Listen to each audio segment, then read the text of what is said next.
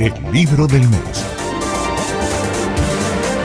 El pasado 25 de julio, la Fundación para la Cultura Urbana presentó el libro Crónicas de la Ciudad Asediada, cuyo autor es el profesor e investigador Marco Negrón. Este texto recoge una selección de artículos publicados por Marco Negrón en la prensa nacional entre 2014 y 2019, en los cuales reflexiona sobre asuntos esenciales en torno a la capital venezolana. Además, muestra cuáles son los grandes desafíos que deben enfrentar los ciudadanos con respecto a los temas urbanos de la ciudad. Para contarnos detalles sobre este libro y para hablar de los retos que tiene la capital venezolana, recibimos vía telefónica al profesor Marco Negrón. Él es arquitecto, doctor en Planificación y Desarrollo, ex decano de la Facultad de Arquitectura y Urbanismo de la UCB, además de profesor investigador en esa casa de estudios. Bienvenido a Universate, profesor Negrón.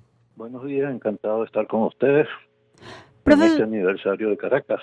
Así es. Profesor Negrón, ¿cómo define a Caracas y por qué la considera como una ciudad asediada? Mira, Caracas es una ciudad que tiene muchas cualidades. Las primeras que vienen a la memoria son sus virtudes naturales, sus condiciones naturales. Localización geográfica, clima, paisaje, vegetación. Tiene notables virtudes o cualidades creadas, no naturales. La primera que viene a la memoria, evidentemente, es la ciudad universitaria, hoy patrimonio mundial reconocido por la UNESCO, pero mucho más.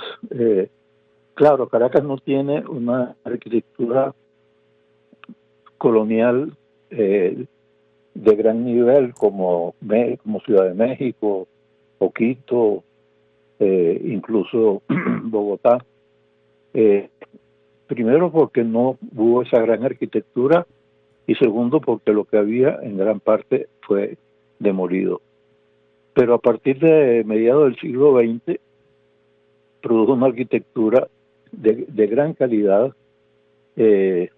donde está desde el silencio, en su época sobre todo fue un proyecto de vanguardia, hasta edificios como la Torre Polar, tantos otros, no voy a mencionarlos, incluso muchos edificios de vivienda. Ahora bien, lamentablemente, nuestras élites intelectuales y políticas han tendido a mantener una visión negativa de la ciudad. Constantemente hemos oído desde hace muchos años que el problema de la ingobernabilidad de Caracas es su tamaño, que es demasiado grande. Bueno, eso suena casi al chiste. Caracas es como la 15ª o 16ª ciudad de América Latina por tamaño. La superan sobradamente Sao Paulo, Ciudad de México, Bogotá, Santiago de Chile. El problema de la ingobernabilidad de Caracas es la falta de gobierno, que es un tema complejo, largo, pero Caracas hoy en día está dividida en 5 municipios autónomos, 2 entidades federales diferentes, y no tiene un gobierno que lo unifique. Tuvo un acuerdo en los años 60 hasta los 90, una mancomunidad urbanística que creó una oficina metropolitana de planeamiento urbano, pero que fue disuelta por los primeros alcaldes electos de lo que era entonces el municipio Sucre y el municipio Libertador. Fue reconstruida, supuestamente, liquidada por ellos en los 90, y a principios del siglo actual, la Constitución creó un elemento equivalente, que fue el Instituto Metropolitano de Urbanismo, adscrito a la gobernación, al gobierno metropolitano, que incluía los 5 municipios, Libertador, y los 4 en que se dividió el municipio Sucre. Pero ese mismo gobierno liquidó esa alcaldía, ese gobierno metropolitano, incluido el instituto. Entonces Caracas es una ciudad que desde hace muchos años, pero yo diría que particularmente desde los 90 y más aún desde el siglo actual, ha estado asediada por la no vocación de construir ciudades. Caracas tiene un grave problema urbanístico hoy en día, que es parte de esa falta de gobernabilidad.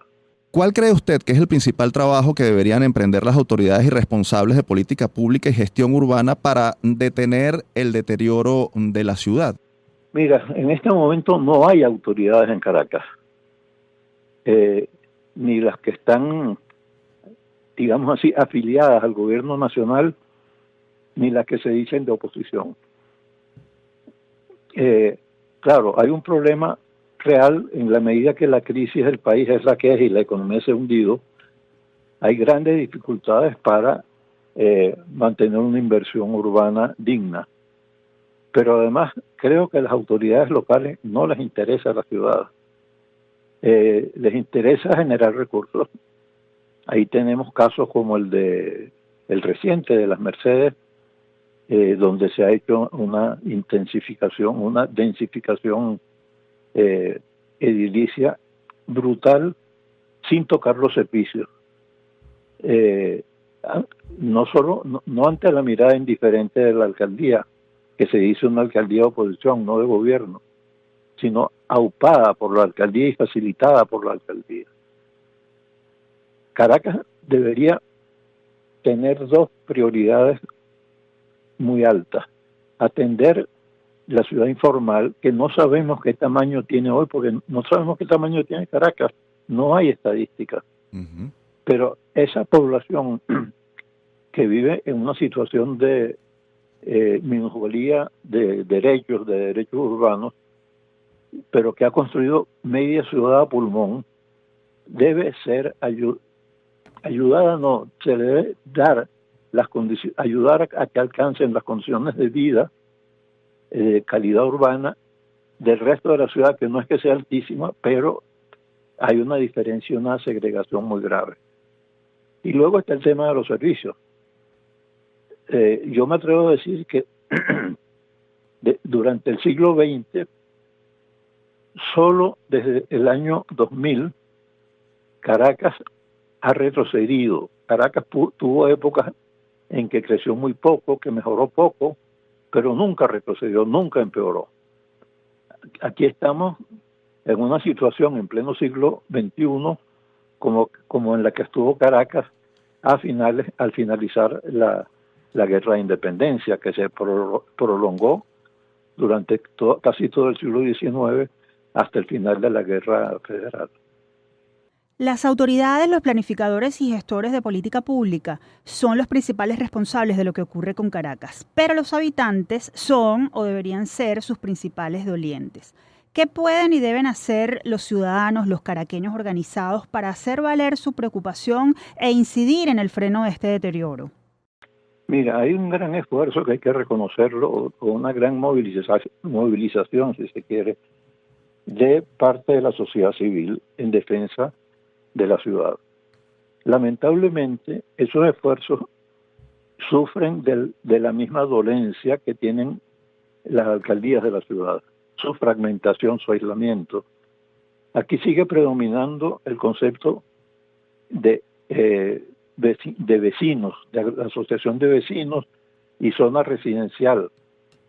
Hasta el momento, hasta que esos activistas locales no rompan la visión vecinal y empiecen a considerarse ciudadanos de Caracas y no vecinos de La Pastora o vecinos de San Juan o vecinos de Petare o vecinos de Altamira, seguirán en lo mismo, es decir, defendiendo su pequeño espacio de vivienda que no tiene futuro si no se considera integrado al resto, porque la ciudad no es una serie de islas, la ciudad es un todo con matices, con diferencias, con particularidades, pero es un todo integral que tiene que salvarse integralmente.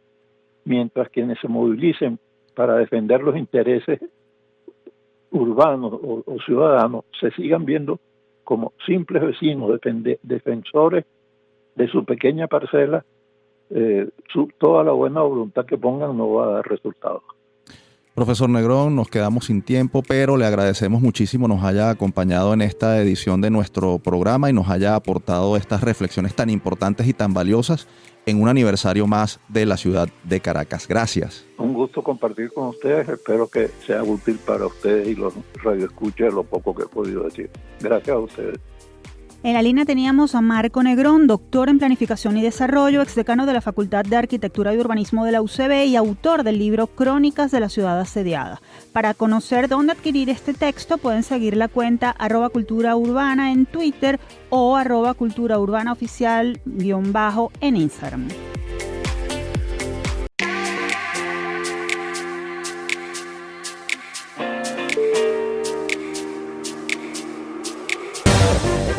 El libro del mes.